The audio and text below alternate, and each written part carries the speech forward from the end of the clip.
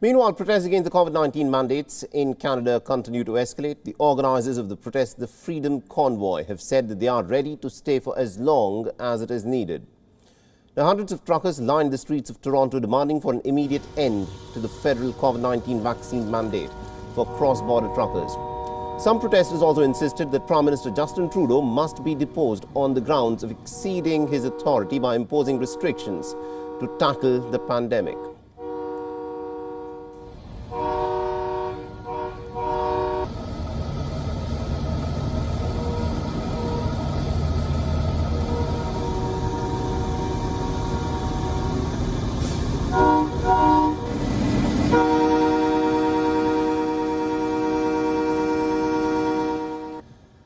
Meanwhile, in the capital city of Ottawa, where the protesting truckers have shut the city's centre for over 8 days now, the police has vowed to crack down on what they described as an increasingly dangerous pattern of protest.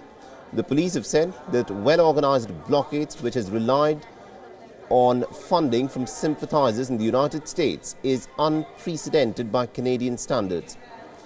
Hundreds of more truckers plan to enter into Ottawa over the course of this weekend. We are engaged with all our partners across the province, examining social media, all intelligence that is available. And based on the information we have, we will respond and to ensure public safety. The public should expect a large police presence in and around the downtown core and other areas around the city at different times over the weekend. The service will manage these protests as best we can with the intention to limit disruption, but our number one priority will be the safety of the public. All trucking organizations have distanced themselves from the protest. The protesters in Ottawa have made their point, and the entire country heard their point.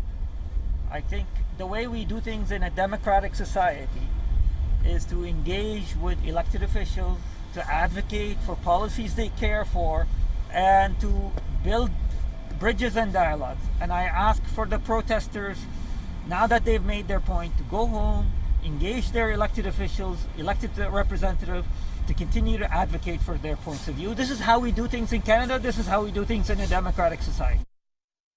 Meanwhile, in the western province of Alberta, where truckers have been blocking a major border crossing with the United States in a similar protest, Premier Jason Kenney has said that ministers will meet early next week to start lifting the restrictions.